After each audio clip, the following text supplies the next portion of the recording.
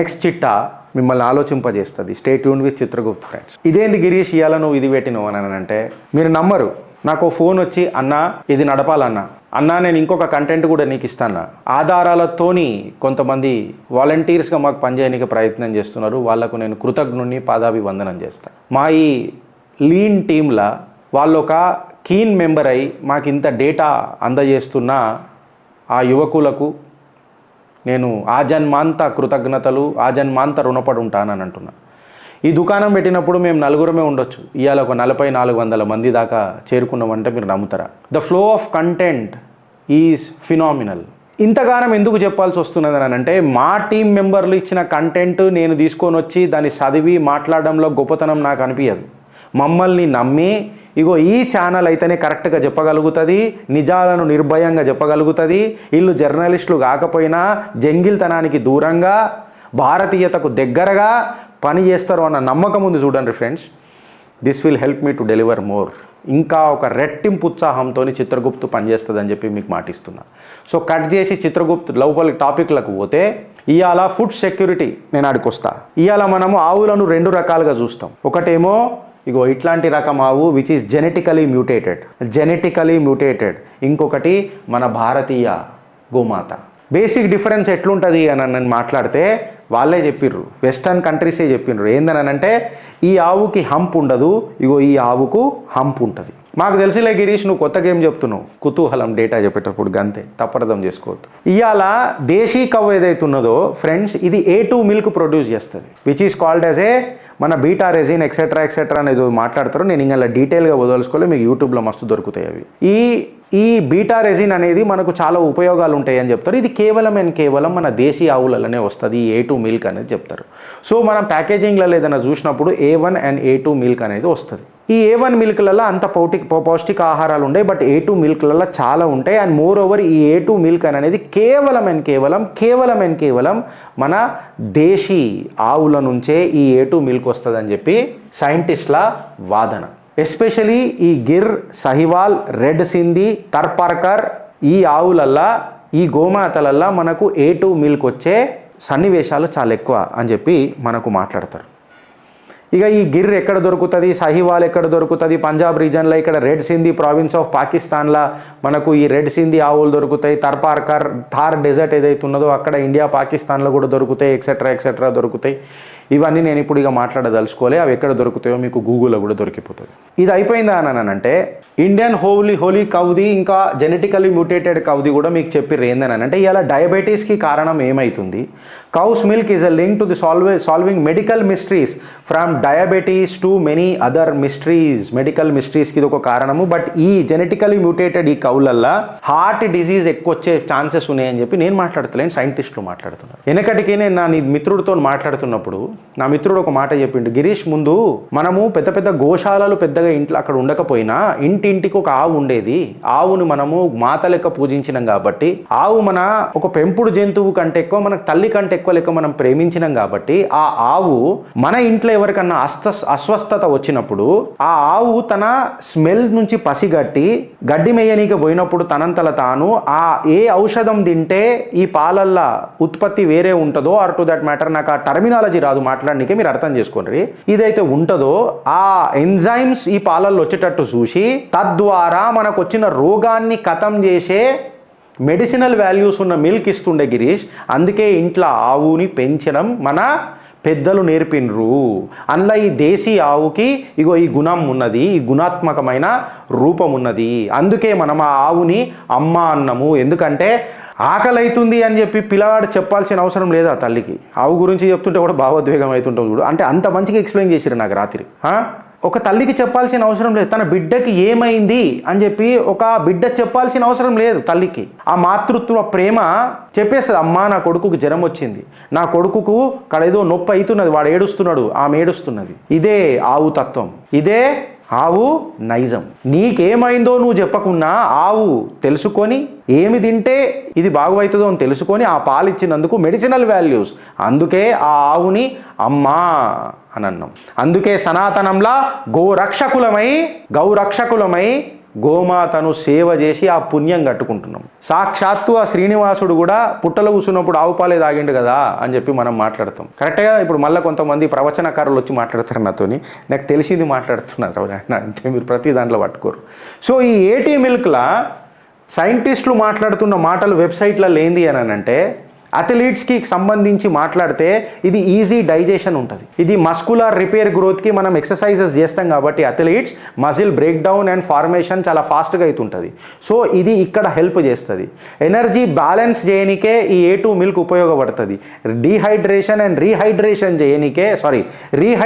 చేయనికే ఈ A2 milk ఉన్న పాలు మనకు ఉపయోగపడతాయి. గ్లైకోజన్ రీసింథసిస్, షుగర్ డయాబెటీస్ని కంట్రోల్ చేయనికే యూజ్ వస్తాయి. ప్రోటీన్ సింథసిస్లో పనికొస్తుంది. బోన్ హెల్త్ అండ్ స్ట్రెంథనింగ్లో పనికొస్తుంది. ఆధారాలతోనే మీ చిత్రగుప్తు కాబట్టి ఒక A2 మిల్క్లో ఉన్న ఎనర్జీ ఎంత అండ్ A1 మిల్క్లో ఉన్న ఎనర్జీ ఎంత అన్నది కూడా చాటు పెట్టిన. ఎనర్జీ వచ్చి 278 kg/100 ml, ప్రోటీన్ 33, మన ఆల్ఫా సీజిన్ అనేది ఉంటుందో 16.37, బీటా సీజిన్ 8.2, మన కీటా సీజిన్ 2.44 ఎక్సెట్రా ఇక ఇవన్నీ ఉన్నాయి. నాకు అదంతా తెలియదు, నేను ఆ చాట్ పెట్టిన గద్దే. సరే గిరీష్, ఇవన్నీ ఎందుకు చెప్తున్నావు? ఇప్పుడు ఏం లొల్లు వచ్చిందని ఇవన్నీ మాట్లాడుతున్నావు? ఎన్నడు మాట్లాడింది నువ్వు ఎందుకు తీసుకున్నావు అని అంటే, ఒక దురదృష్టకరమైన వార్త food security standards act of India నిన్న పబ్లిష్ చేసింది. బిజినెస్ స్టాండర్డ్స్లో వచ్చిన కథనం మేము ముంగటికి తీసుకొచ్చిన. ఇప్పటిదాకా ప్యాకేజింగ్లల్లో A1 milk are A2 milk అని చెప్పి మనం సర్టిఫికేట్ ఇస్తుండే, ఆర్ టు దట్ మ్యాటర్ అది ప్రింట్ చేస్తుండే. ఇప్పుడు ఆ ప్రింట్ అనేది అవసరం లేదు, ఆ ప్రొడక్ట్ మార్కెటింగ్ చెయ్యొద్దు అని చెప్పి food security standard act of India దీన్ని తీసేయాలని చెప్పి. దీనివల్ల ఎవరికి లాభం అని చెప్పి నేను అడుగుతున్నా. ఎవరైతే దేశీ కౌలను పెంచి మన ఆరోగ్యంతో పాటు దేశం ఇక నేను ఏం మాట్లాడాలని నాకు అర్థమవుతలేదు. ఇలా నేను సర్కార్ని నిలదీస్తున్నా. గోమాతను కాపాడుతా గౌరక్షకులం అవుతామని చెప్పి మన మేనిఫెస్టోలలో పెట్టుకొని ఇవాళ మనం ఇట్లా మాట్లాడుతున్నాం అని అంటే, ఇట్లాంటి యాక్ట్ మనకు వస్తున్నది అని అంటే ఇది మనకు తెలిసి జరుగుతుందా తెలియక జరుగుతుందా అని చెప్పి నేను భావిస్తున్నా. మేబీ ఇప్పటికి నా అప్రహెన్షన్స్ ఏడికాగిపోయిందంటే, A2 మిల్క్ అమ్మకుండా A1 మిల్క్ని అమ్మి A2 మిల్క్ అని చెప్పి దాని మీద ప్రింట్ చేసి ఎక్కువ కాస్ట్కు అమ్మే కొంతమంది ఉంటారు, దుర్మార్గులు ఉంటారు కొంతమంది. వాళ్ళని కంట్రోల్ చేయనీకే లేకపోతే మిల్క్ ప్రైస్ రెగ్యులేట్ చేయనీకే ప్రభుత్వం ఈ నిర్ణయం తీసుకున్నదా అని చెప్పి క్వశ్చన్ మార్క్ చేస్తే నేను వాళ్ళ విఘ్నత కిడిచిపెడతాను. అయితే మీరు ఒకసారి అర్థం చేసుకోవాల్సింది ఏంటనంటే, ఆవు అనేది కేవలం ఒక పాలిచ్చే జంతువు కాదు. మన భారతంలో మనకు అమ్మ. మన రోగాన్ని ముందే పసిగట్టి మనకు ఆ రోగ నిరోధక ఏవైతే ఎంజైమ్స్ ఉంటాయో or to that matter proteins ఉంటాయో or whatever it may be, అది ఇచ్చే ఆవు. గోరక్షకులకు మనం దూరం అవుతున్నాము. కేవలం ఇలా భారతీయ జనతా పార్టీ ఇంత సీట్లతో గెలిచిందనంటే అది 18 కోట్ల కార్యకర్తల కృషి కాదు.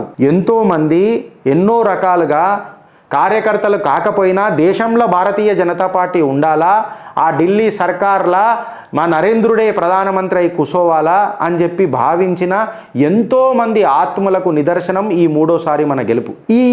ఈ నిర్ణయం వల్ల ఎంతమందికి ఇది ఎఫెక్ట్ అవుతుంది అని చెప్పి ఒకసారి మీరు ఆలోచించుండ్రు. ఇది కేవలం ఇప్పుడు నా అప్రహెన్షనే, బట్ ఈ అప్రహెన్షన్ కరెక్టేనా అంటున్నా. అసలు ఏం జరుగుతుంది లోపల అనేది నాయకులకు అర్థమవుతుందా అని చెప్పి నేను అడుగుతున్నా. మన కాల్ని మన గొడ్డలతో నరుక్కుందామా అని చెప్పి మిమ్మల్ని అందరికీ నేను పాదాభివందనం చేసి రిక్వెస్ట్ చేస్తున్నా. ఇది వెనక్కి తీసుకోవాలా అని చెప్పి చెప్తున్నా. మన గోమాతలను కాపాడుకునే ఆ ఒక్క అంశమే ఈ A2 మిల్క్. ఆ A2 మిల్క్ తో ఉత్పత్తి చేసిన నెయ్యి ఎంత మంచిదో, పాలు ఎంత మంచివో, to that matter dairy products ఎంత మంచివో సైంటిఫికల్గా రీసెర్చ్ చేసి జర్నల్ రాసినారు పెద్దగా. ఇది ఎవరి వల్ల అవుతున్నది, దీనికి మెయిన్ కారణం ఎవరు, ఇది మనకు తెలిసి జరుగుతుందా తెలియక జరుగుతుందా, లేకపోతే మనము గుర్రాల పనులు తోమినట్టు కేవలం ఫైళ్ళ మీద సంతకం చేస్తున్నామా, మన కార్యకర్తలకు మనమే దూరం ఎత్తుకుంటూ వద్దామా, మన గౌరక్షకులకు ఇదేనా మనం ఇచ్చే గౌరవం? ఈ ప్రశ్నలకు సమాధానం చెప్పేది ఎవరు? ఇప్పుడు నేను మాట్లాడితేనేమో ఎక్సెట్రా అని అంటారు. నేను ఒక భారతీయుడు లెక్క మాట్లాడుతున్నా, నా భారతీయ సాంప్రదాయాన్ని చిలికే విధంగా మాట్లాడుతున్నా, నా కల్చరల్ ఐడెంటిటీకి నేను ఐడెంటిఫై అయ్యి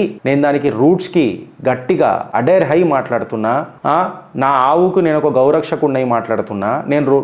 నేను బయట ఎప్పుడు తిరగలేదు, బట్ అట్లీస్ట్ తెలిసిన దాంట్లో కూడా మనం మాట్లాడాలి కదా. This is what we called as safeguarding our dharma. ఆవు మీద మేము ఒక కథనం నడిపినాం.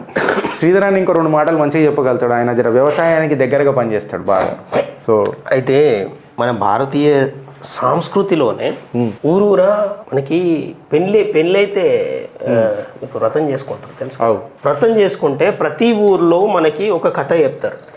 ఆ కథ ఏంటంటే మన భారతదేశంలో సనాతనం నుంచి వస్తున్నటువంటి కథ ఆవు పులి కథ. మన చిన్నప్పటి నుంచి దట్ రిప్రజెంట్స్ మన యొక్క సంస్కృతి ఏంది, మన యొక్క చరిత్ర ఏంది అనేది పూర్తిగా మన మూలాల్లోంచి చెప్పేటువంటి భారతీయ తత్వమే ఆవు పులి కథ. అంటే ఆ ఆవు మేయడానికి పోతుంది, ఇంటికాడ లాగ్ ఉంటుంది, అయితే పులి అడ్డం అవుతుంది. పులి అడ్డం అయితే ఏం చేస్తుంది? తినాలని చూస్తుంది, దాని కడుపుగా తినాలని చూస్తుంది. అప్పుడు ఆవు రిక్వెస్ట్ చేస్తుంది. అప్పుడు ఆవు నివేదన ఏం చేసుకుంటుంది అంటే, నేను ఇంటికాడ లేగదూడు ఉంది, దానికి పాలిచ్చి వస్తా, నేను దానికి ఆకలిగా ఉంటుంది, దానికి పాలిచ్చి వస్తా, పాలిచ్చి వచ్చిన తర్వాత నువ్వు నన్ను తిను అని చెప్పేసి పులి అన్ని రకాలుగా ఆలోచించి నిజంగా వస్తుందా రాదా టెస్ట్ చేద్దాం ఇది అది అన్ని రకాలుగా ఆలోచించి అప్పుడు సరే డౌట్ ఆఫ్ బెనిఫిట్ ఇది చేద్దాం ఒకసారి, లేకపోతే నేనే పోతుందా అని చెప్పేసి అనుకుంటుంది. అప్పుడు ఆవు నిజంగా కూడా మళ్ళీ తిరిగి వస్తుంది, లేగదూడ దగ్గరికి పోయి నిమిరి పాలిచ్చి సద్గుణాలు నేర్పి.